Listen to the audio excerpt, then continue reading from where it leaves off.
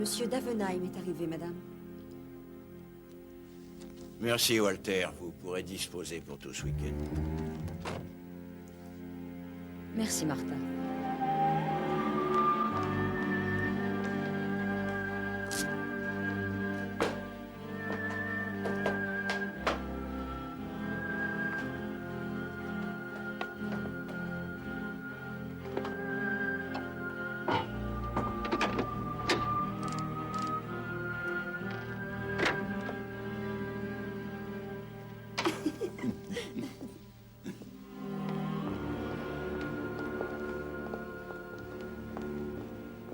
La journée a été fatigante? Alors, chérie, les domestiques. Comment cela s'est-il passé ce matin? Eh bien, comme ci, comme ça. Ils doivent en référer à Wall Street, ça demandera quelques jours. À propos, Lowen a appelé. Il a dit qu'il prendrait quand même le premier train. Ah.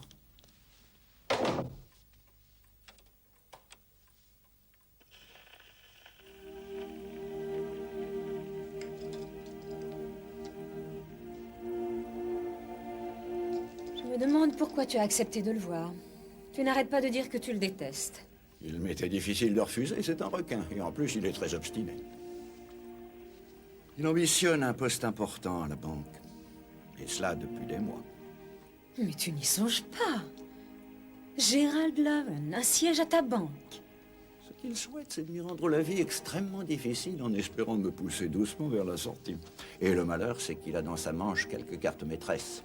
5% des actions Cape Gold, et il sait combien je désire les avoir. Ça le met en position de force pour négocier, j'en ai peur. Ça va? Oui, ça va. Bon. Il est dans l'express de 16h45. Il ne va sans doute pas tarder à arriver. En attendant, je vais mettre un peu d'ordre dans mes dossiers. Et il y a du travail. Ah, je suis vraiment désolé.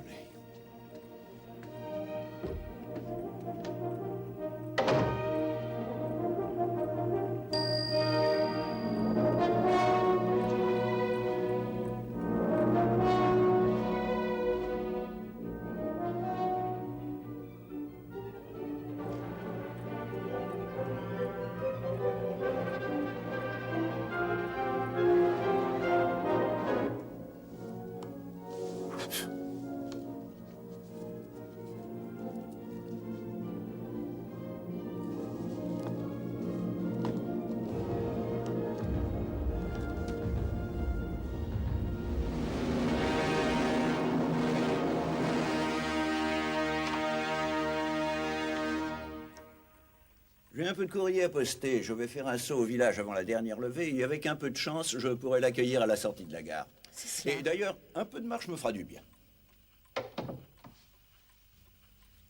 Matthew?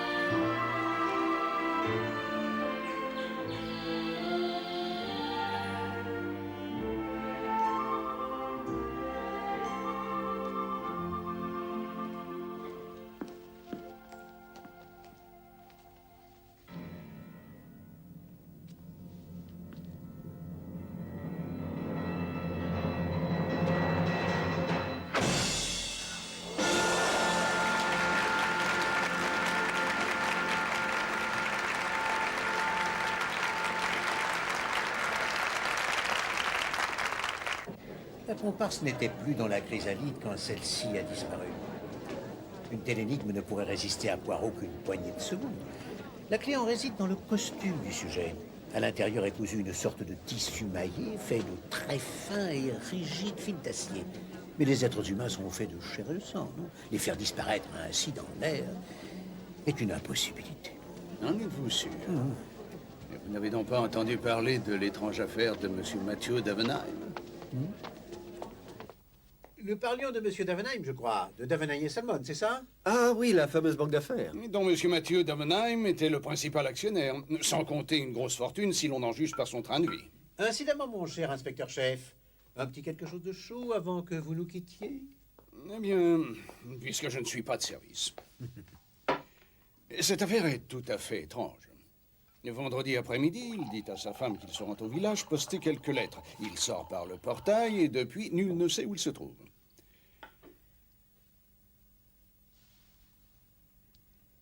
À quelle heure précise est-ce que M. Davenheim est sorti?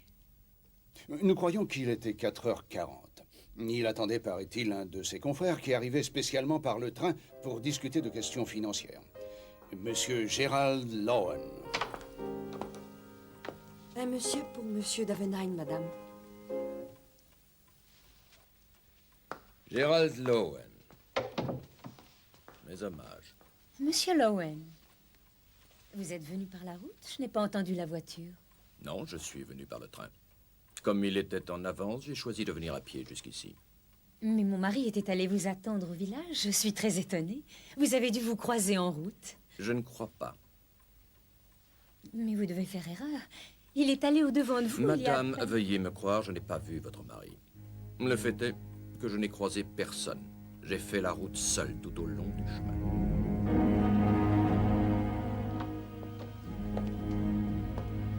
Je vous en prie, monsieur, mettez-vous à votre aise.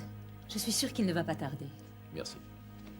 Madame Davenheim l'avait fait entrer dans le bureau de son mari et il attendit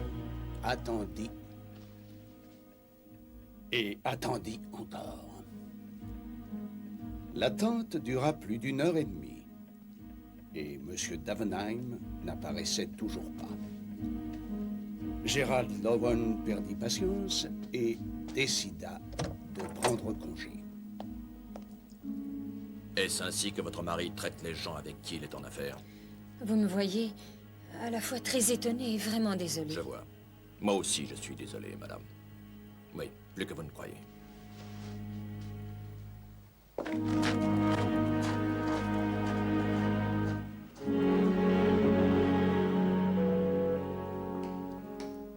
Des recherches furent entreprises. Une enquête de voisinage permit d'interroger tous les habitants.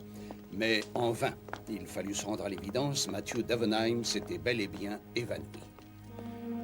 Il se confirmait que si tout le monde, ou presque, avait vu Gerald Lowen, nul n'avait vu Davenheim. Lowen. Ce nom-là ne m'est pas étranger. Tout dans cette affaire est vraiment très obscur, mon cher inspecteur-chef. Ce qui me donne quelque espoir de la résoudre. Parce que vous avez l'espoir d'y voir clair. Oh, il ne s'agit pas de voir, mon ami, mais de fermer les yeux et de réfléchir. C'est seulement avec le cerveau que l'on voit clair. Oui, vous me l'avez dit et répété une bonne centaine de fois au moins. Alors, mon cher Poirot, je vous lance un défi. Je vous parie 5 livres sterling que vous ne pourrez pas résoudre l'énigme sans sortir de cette maison. Je vous donne 7 jours pleins.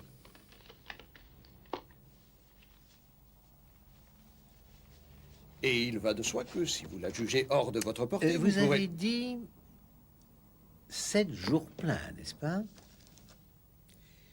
En supposant que les faits soient mis à ma disposition et que Hastings soit autorisé à me fournir tout renseignement que je jugerai utile, la solution semble devoir aller de soi. Alors j'accepte. Bonne nuit, Poirot. Merci pour le verre. Ça m'étonnerait que je perde.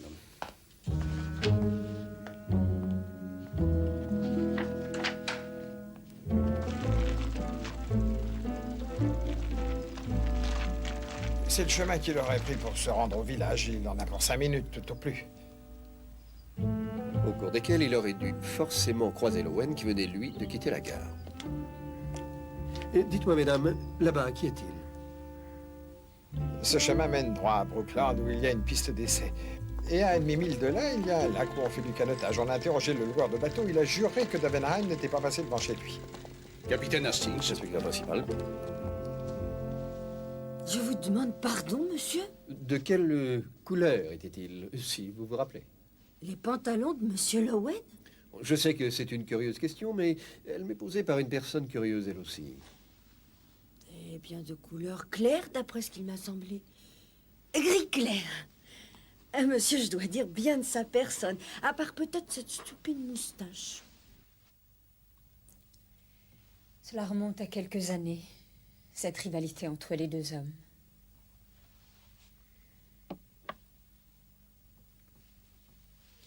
Lowen avait été obligé de céder à mon mari un gros paquet de titres d'une importante compagnie navale. Le pauvre homme a failli être ruiné. Cela s'est passé il y a longtemps, mais il n'a jamais abandonné l'espoir d'une revanche. Je crois savoir qu'il venait proposer quelques milliers d'actions d'une grosse société africaine en échange d'une position à la banque. il faisait beaucoup d'affaires avec l'Afrique du Sud, votre mari? Il a passé presque tout l'hiver dernier à Johannesburg. Il y est resté 3 mois. Il m'en a rapporté les plus merveilleux diamants qui soient. Il avait coutume de me rapporter des bijoux de très grande valeur à chacun de ses voyages.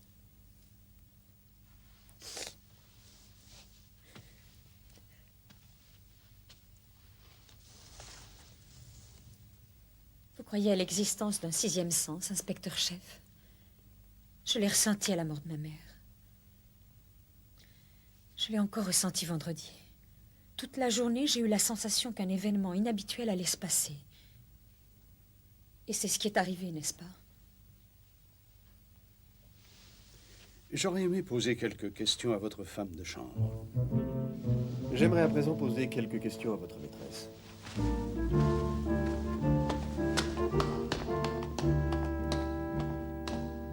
Inspecteur-chef. Capitaine Hastings,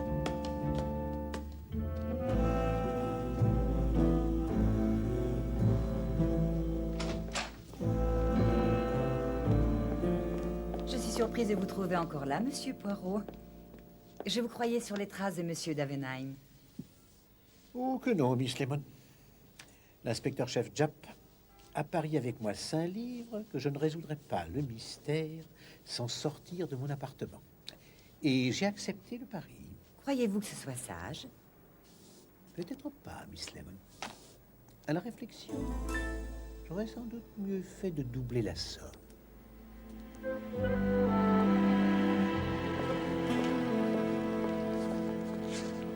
J'ai déjà dit ce que je savais à cet inspecteur de police, capitaine, et j'ai pas que ça à faire, moi. Mais oui, je m'en doute. Je vois que vous êtes très occupé, monsieur Mérite. Le métier de loueur est très prenant. Je vois. Donc, ce vendredi après-midi, monsieur Mérite?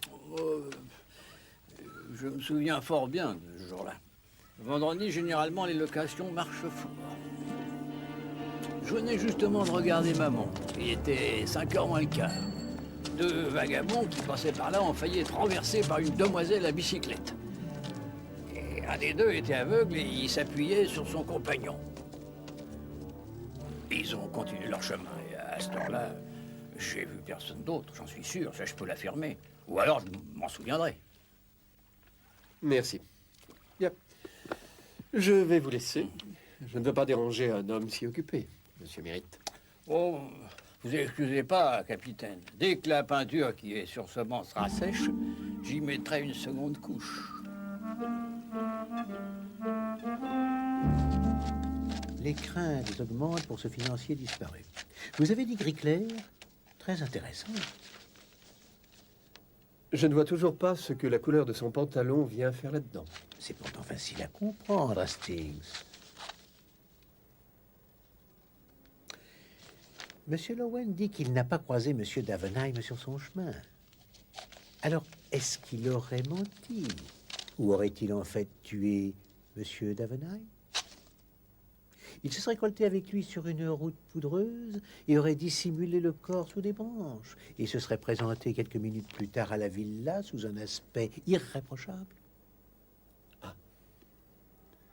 C'est bien insignifiant.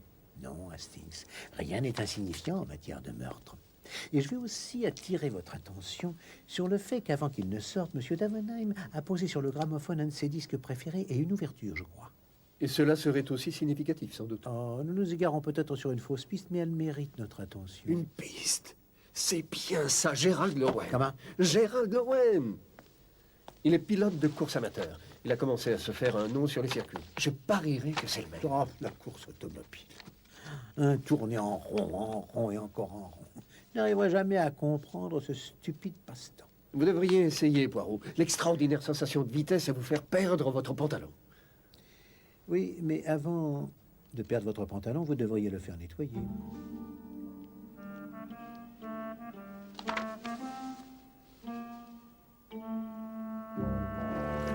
Allez-y, continuez. Nous avons tout notre temps.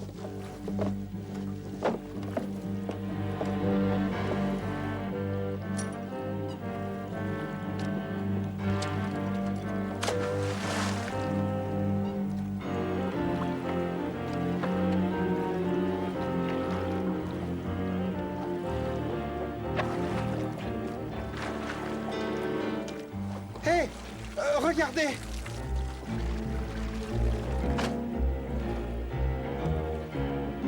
Apportez ça ici.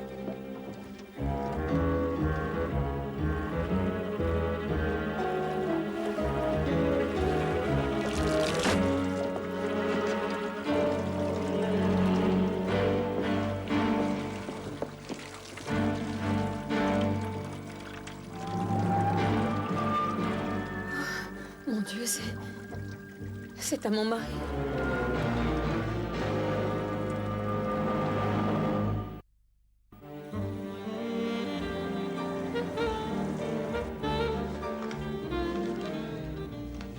Vous feriez aussi bien d'admettre, Monsieur Poirot, que vous avez tort de rester enfermé ici au lieu de participer à l'enquête. Miss Lemon, l'affaire se précise de minute en minute. Si l'on avait découvert le corps dans le lac, cela l'aurait simplement réduit à un problème de meurtre ou de suicide, mais des vêtements et pas de corps, c'est autre chose. Nous voilà donc en face d'un problème qui requiert de ma part plus de perspicacité. Eh bien, dans ce cas, pourquoi ne pas renoncer à ce stupide pari et aller vous-même fureter sur le terrain? Comment cela fureter, Miss Lemon? Une enquête n'est pas une partie de chasse. C'est un délicat exercice qui exige, comment dire, des... Miss Lemon, voulez-vous aller ouvrir? Monsieur Poirot.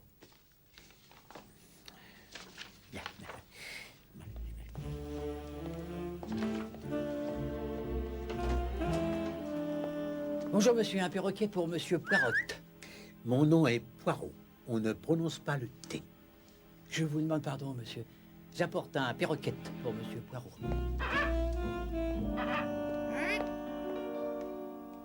Mais le commandant Wallis ne m'a pas prévenu. Pourtant, il m'avait promis fermement de vous donner un coup de téléphone.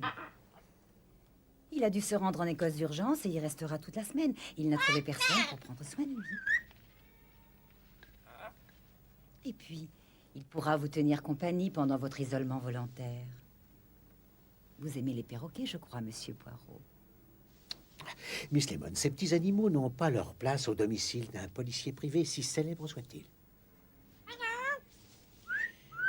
À moins qu'on puisse à la rigueur les manger en brochette.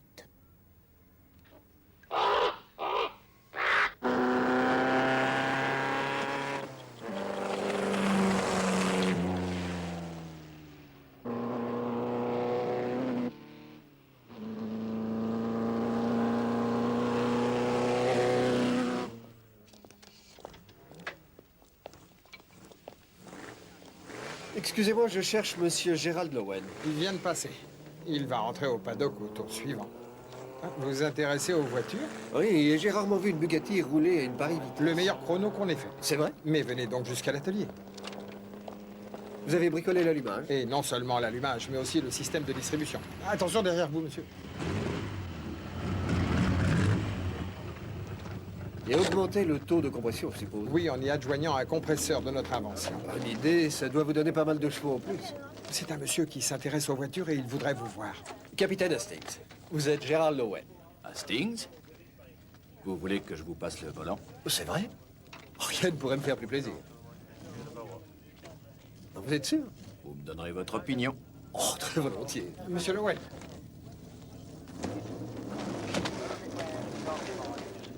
Vous le trouverez là-bas, monsieur, au volant. Merci.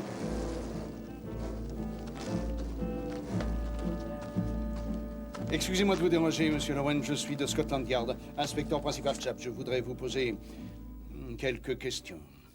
Colonel Brighton, monsieur Lowen, c'est le gentleman dont je vous ai parlé et qui serait acheteur de votre Bugatti. Brighton? Hastings? Hey! Vous! Descendez de là-dedans! Capitaine Hastings. L'inspecteur principal.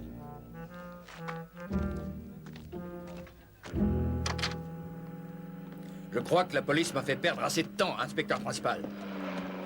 Rien qu'un moment, je vous en prie, monsieur Lowen. Combien de fois faudra-t-il que je vous dise que je n'ai pas croisé Davenheim sur cette route? Il est peut-être tombé dans un terrier de blaireau. Et bon débarras. J'ai entendu dire qu'il vous avait piégé une ou deux fois sur la bourse aux valeurs, monsieur Lowen. Et réussi plusieurs gros coups à votre détriment.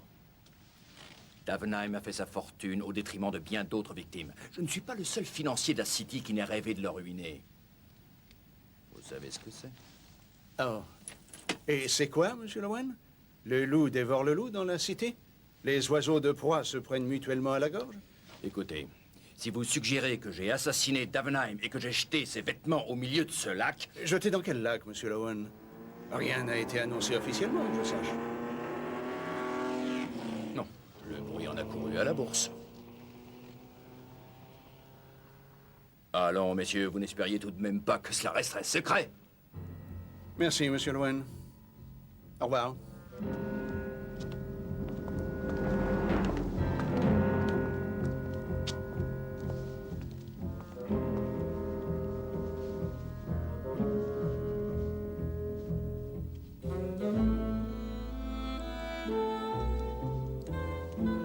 Il y a chez cet homme quelque chose d'assez déplaisant.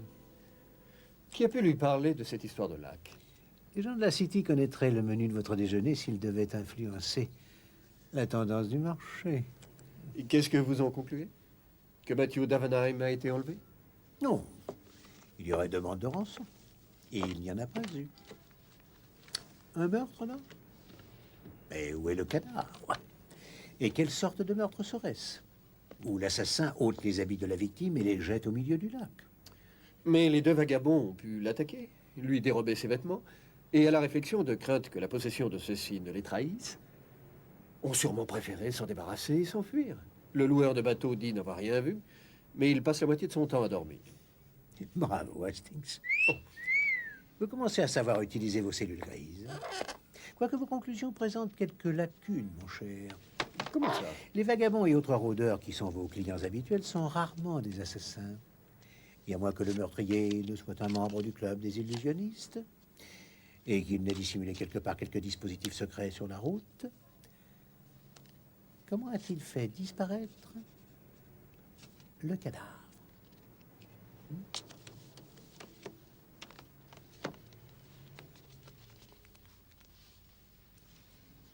Attention, pas de familiarité avec cette créature que je m'efforce pour l'instant de dresser.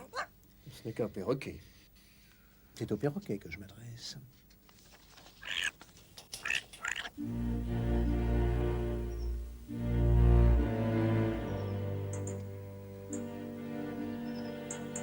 Toujours pas de nouvelles de ce vieux Grigou? Sûrement pas. Ça va être bien loin maintenant.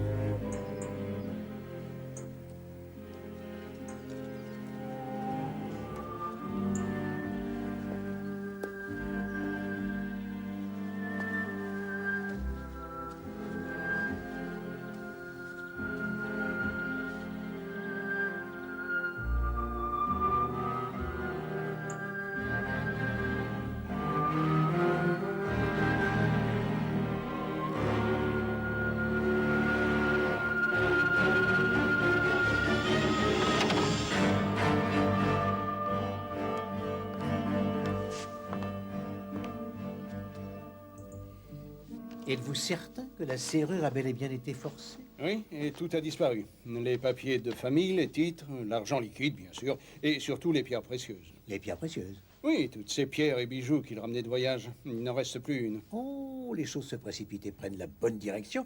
Il ne reste qu'à trouver le bout du fil.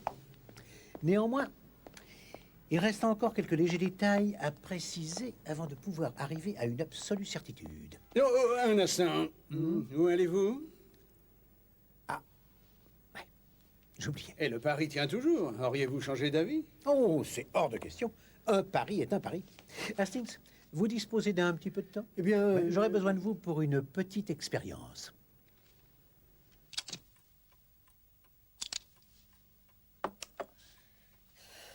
Je ne sais pas pourquoi nous perdons notre temps en parlottes inutiles pendant qu'il est dehors prêt à prendre la fuite. Nous avons interrogé M. Lowen, madame, mais nous n'avons pour l'instant rien qui excusez-moi. puisse... Me permettez-vous d'aller me chercher un peu d'eau fraîche? Laissez-moi aller. Non, je vous en prie, madame. Cet homme était déterminé à provoquer la ruine de mon mari. Il est resté seul ici, sous prétexte d'attendre son retour, et cela pendant près d'une heure. En tout cas, rien ne prouve que le coffre a été forcé vendredi après-midi. Je l'ai refermé moi-même, peu après le départ de mon mari pour le village. Et un cambriolage est impossible. Aucune porte, aucune fenêtre n'ont été forcées. Ce méfait a donc été commis par quelqu'un qui était déjà à l'intérieur. Et ce quelqu'un ne pouvait être que M. Lowen en personne. Personne d'autre n'est entré dans cette pièce après son départ.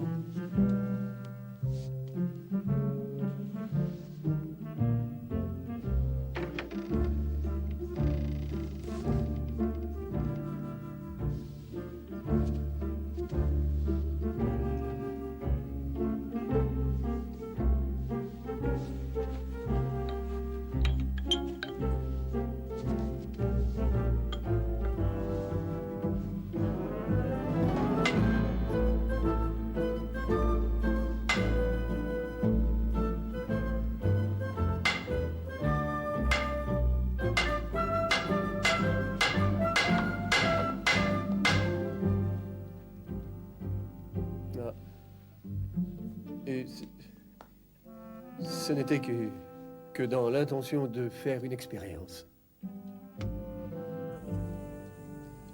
Encore une chance que Jap ne m'ait pas passé les notes. Mon cher Hastings, vous vous en êtes remarquablement tiré. Je ne vois pas ce que ça démontre. Sauf peut-être que l'opération exige une certaine vigueur. Et Lowen n'a rien d'un avorton. Ah, nous en voilà revenus à Lowen, hein? Il a tellement pâti des exactions de Matthew Davenheim qu'il n'a en tête que de prendre sa revanche sur le banquier démoniaque. Il assassine donc son ennemi intime, et puis se rend au domicile de celui-ci, force le coffre-fort et fait main basse sur les bijoux et l'argent. C'est la seule explication qui convienne. Oui, comme une cheville ronde dans un trou carré. Admettons qu'il ait forcé le coffre, mon cher. Comment aurait-il pu réussir l'opération sans que personne ne l'entende? N'en avez-vous pas vous-même démontré l'impossibilité? Soit.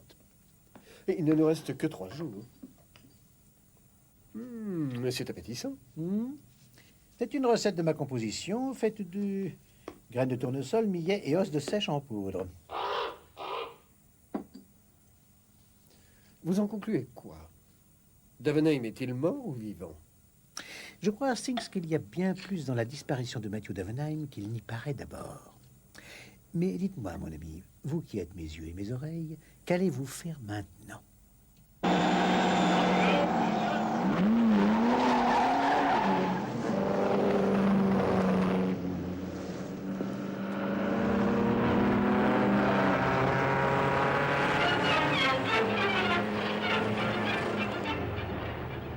Auckland, la foule se presse pour assister à la dernière réunion d'une saison qui a vu s'affronter les meilleures voitures et les meilleurs pilotes du moment. Et qui se retrouve aujourd'hui dans le Gold Star Handicap sur 50 miles. Il faut dire aussi que le temps s'est mis à partir. On n'a pas vu depuis longtemps un automne aussi favorable à une manifestation de ce genre. Les coureurs rivalisent à l'adresse avec leurs bolides. Mais les amateurs sont surtout déplacés pour encourager leur favori, Gerald Lowen, le numéro 3.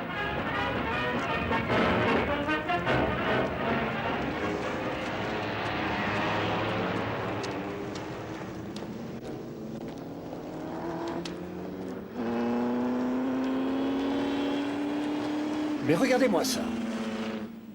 Il va réussir à doubler Bira dans le virage en se glissant par l'intérieur. Une pareille chance ne doit pas tout au simple hasard. Mais le gaillard est un habile coquin. On l'a placé sous sévère surveillance depuis près de 4 jours dans l'espoir qu'il nous conduirait jusqu'au cadavre. Et nous n'avons rien vu que des carters, des culasses et des carburateurs. Oh, ça alors! Le vieux Steiner marche du tonnerre dans sa petite Mercedes. On n'avait pourtant donné qu'à 20 contre 1. Qu'est-ce que vous dites? Oh, rien, je pensais tout haut.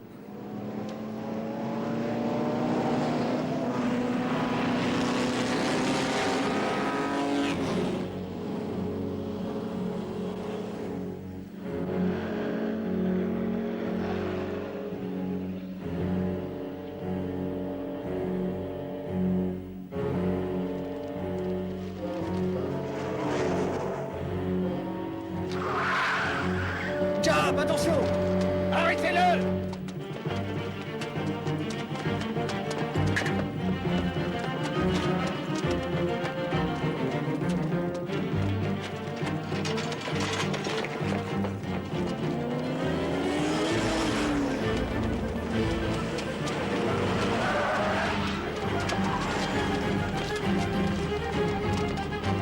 Passez-lui les menottes et emmenez-le.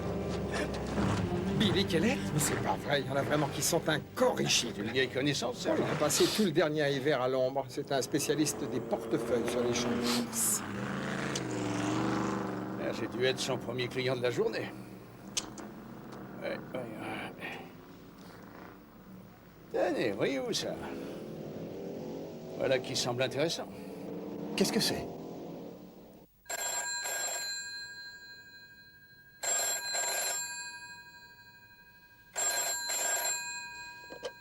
Allô? Allô, Poirot? J'espère que je ne vous dérange pas, cher ami. Mais pas du tout, voyons. Si vous me dérangiez si peu que ce soit, je vous le dirai, soyez-en sûrs. Il y a du nouveau. Nous avons retrouvé une bague portant le sceau de Matthew Davenheim.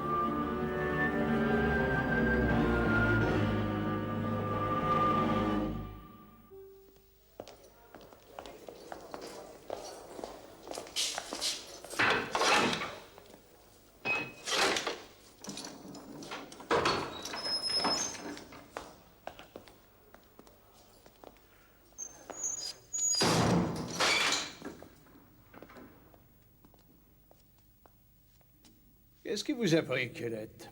Ça ne vous a pas suffi, 3 mois derrière les barreaux, non? Est-ce que par hasard la prison vous aurait manqué?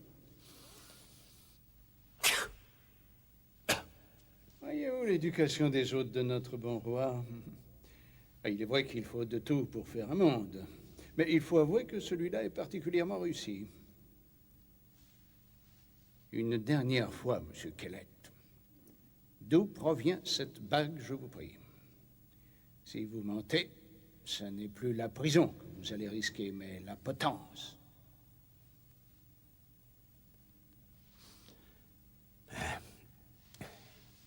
Voilà, j'étais avec mon copain Frankie Marx, vous savez. On marchait sur la route vers Brooklyn.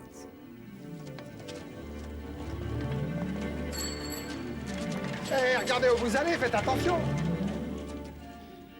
Et à mon retour, le soir, j'étais tout seul. Il était 7 heures. J'avais pas mal picolé, je l'avoue. Je me suis assis un moment, histoire de me reposer un peu. J'avais fini ma bouteille. J'allais m'endormir quand j'ai entendu un petit bruit, comme si quelqu'un venait de jeter quelque chose par-dessus la haie. J'ai écarté les feuilles. Et je l'ai vu. C'est sa version de l'histoire? Presque mot pour mot. Quelqu'un avait jeté quelque chose par-dessus la haie. Alors je me suis levé et j'ai vu quelqu'un qui s'éloignait, un homme élégant avec un costume gris clair et une ridicule moustache en croc.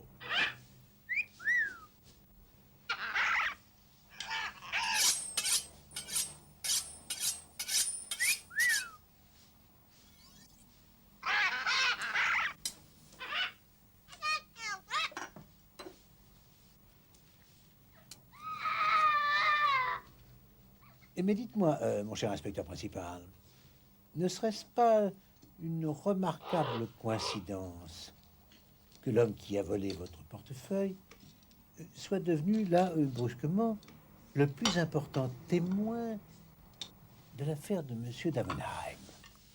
Et une très regrettable coïncidence à son point de vue. Peut-être, mais parfois, la plus simple des coïncidences n'est pas du tout ce qu'elle semble être. Est-ce que vous suivez mon raisonnement? Non. Et attendu qu'il y a 5 livres sterling en jeu, vous ne souhaitez pas que je développe mon raisonnement, non? En tout cas, il s'en tient à ce qu'il a déclaré. Nous allons néanmoins recueillir au sujet de ce personnage quelques témoignages. Il se peut qu'il ait dit la vérité, après tout. Et sans doute, mais je crois qu'il est improbable que, après avoir ôté la bague du doigt de sa malheureuse victime, M. Lowen ait tout à coup décidé de jeter l'objet dans le fossé.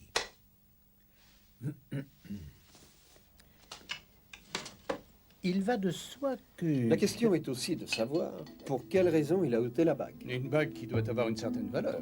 Mais en tout cas difficile à mettre en gage, puisque facile à reconnaître. C'est sans doute pourquoi il l'a ôté. Ah. Qu'y a-t-il, Poirot? Ne me dites pas que vous avez tout résolu. Pourquoi pas? Mais tout d'abord, il me faudra avoir réponse à 2 questions. Quels objets y avait-il dans la salle de bain de M. Davenheim le jour même où il a disparu? Et lui et sa femme dormaient-ils ensemble? Ou bien est-ce qu'ils faisaient chambre à part?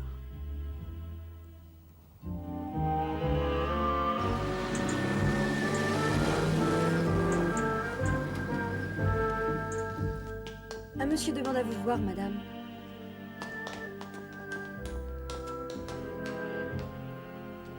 Je suis désolé de vous importuner une fois encore, Madame Davenheim. Qu'y a-t-il, capitaine Hastings? Voyons ce manuel du type prestidigitateur. C'est moi, monsieur Poirot.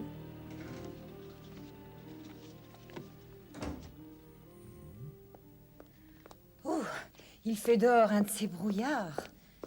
C'est tout juste si l'on voit le bout de ses pieds. Vous savez, Miss Lemon, il n'y a pas que dehors que l'on peut se trouver pris dans le brouillard. Moi, tenez, Hercule Poirot, je n'arrive pas à distinguer clairement ce qui devrait crever les yeux. Je crains de ne pas vous suivre. C'est pourtant clair, Miss Lemon.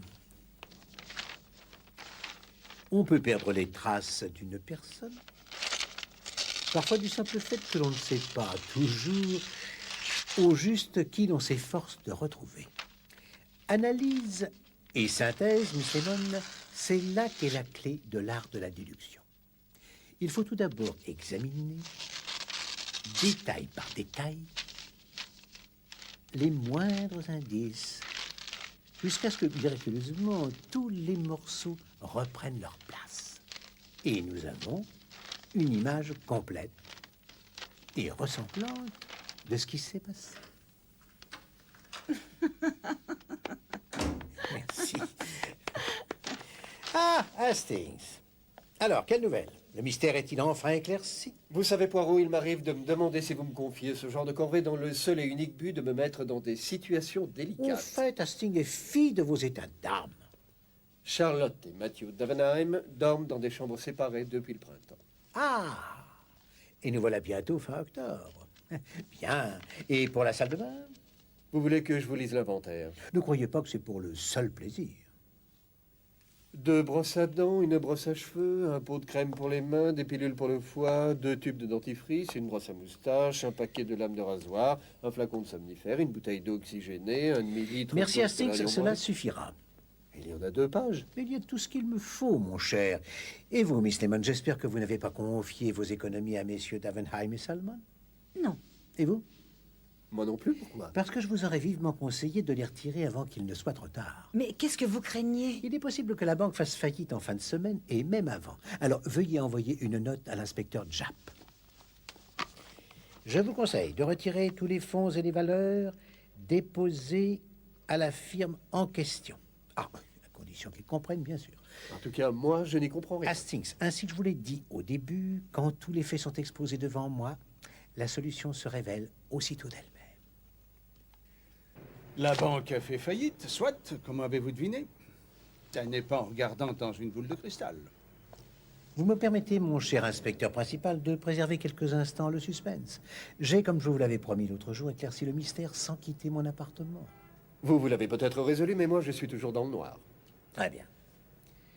Je vais à présent attirer votre attention sur 3 détails qui, pris ensemble, sont parfaitement concluants. Primo, qu'y a-t-il de significatif dans la période de 3 mois que M. Davenheim a passé au cours de l'hiver dernier à Johannesburg?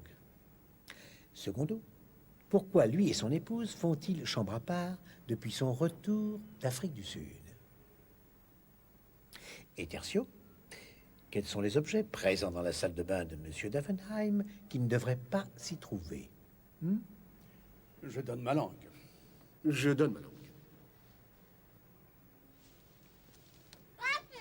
Mon cher inspecteur, vous allez tantôt organiser une confrontation pour permettre à Kellett d'identifier M. Lowen. Je ne doute pas un instant que vous allez éprouver une très grande surprise. Vous ne verrez pas d'inconvénient à ce que je quitte mon appartement pour assister aux résultats de notre pari? Ouvrez, sir.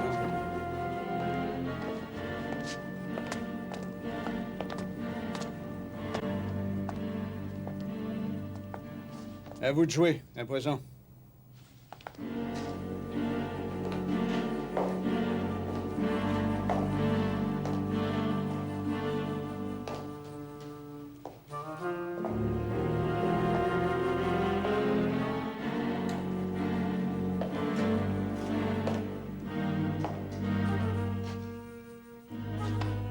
C'est cet homme-là qui a jeté la bague dans le fossé.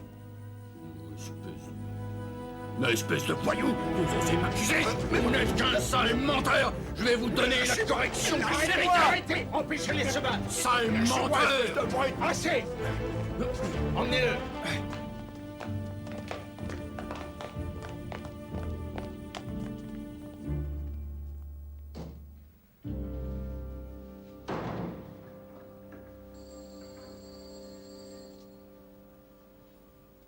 Et alors? Qu'est-ce que vous dites de ça, Poirot? Aucun doute, je pense, Lowen s'est avoué coupable.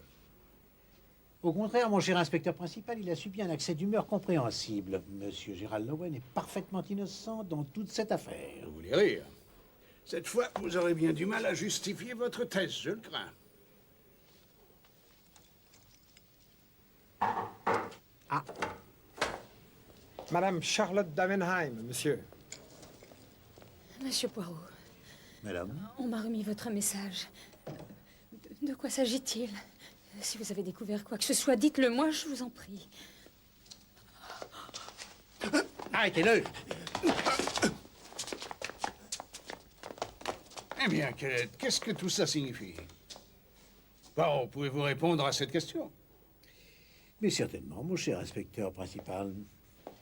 Je crois que cette devinette a suffisamment duré comme cela. N'est-ce pas? Mesdames, Messieurs, voici le banquier présumé disparu, Matthews Davenheim. Espèce de pauvre type. Emmenez-le.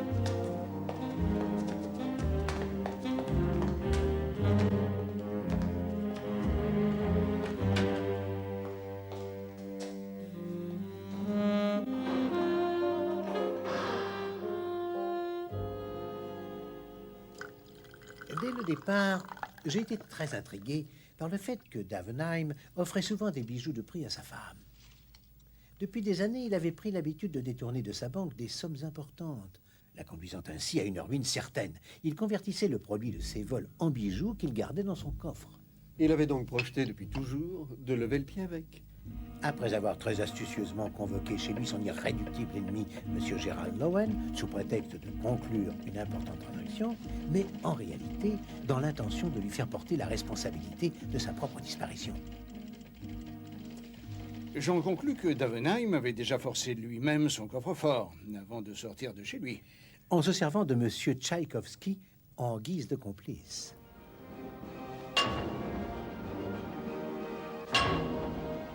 Il s'est servi des temps forts du concerto qu'il avait placé sur le gramophone pour couvrir le bruit de la massette frappant le burin, qui aurait alerté sa femme, bien sûr. Ayant ainsi fait croire que le coffre avait été forcé, il en retira le contenu, argent et bijoux, persuadé qu'il était d'avoir trouvé l'endroit le plus sûr pour attendre tranquillement que l'oubli se fasse sur sa disparition, endroit où personne ne penserait à le chercher. La prison. Pendant le dernier hiver, qu'il avait été censé passer à Johannesburg, M. Davenheim avait créé de toutes pièces le personnage de Billy Kellett en passant 3 mois en prison. Il réapparut le jour de la course automobile qui se déroulait à Brooklands sous les traits de Billy Kellett et déroba un portefeuille en sachant bien qu'il serait pris et retournerait en prison. Il s'était bien sûr arrangé pour qu'on retrouve sur lui la bague de M. Davenheim afin que l'on puisse par la suite soupçonner puis inculper Gerald Lowen. Et dans la salle de bain, vous cherchez quoi? Des lames de rasoir, Hastings. Quand il reprenait sa véritable identité, M. Davenheim était obligé de porter une fausse barbe. Et s'il avait partagé la même chambre que sa femme, celle-ci s'en serait forcément aperçue. Il était donc obligé de se raser de temps en temps, pour être prêt à devenir à tout instant Billy Kellett.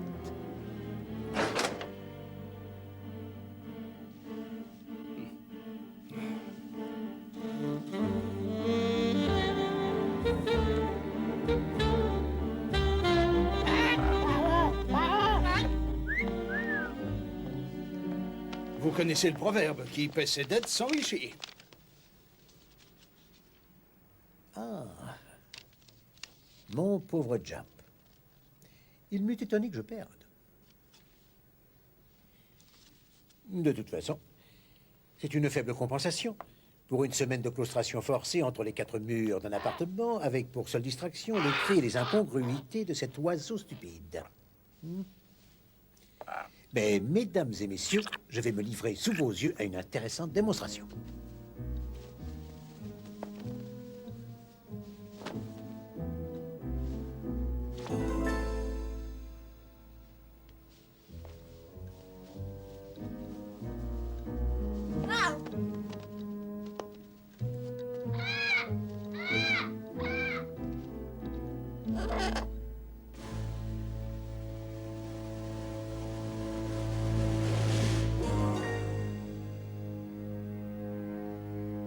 Que voulez-vous? On ne peut pas toujours gagner.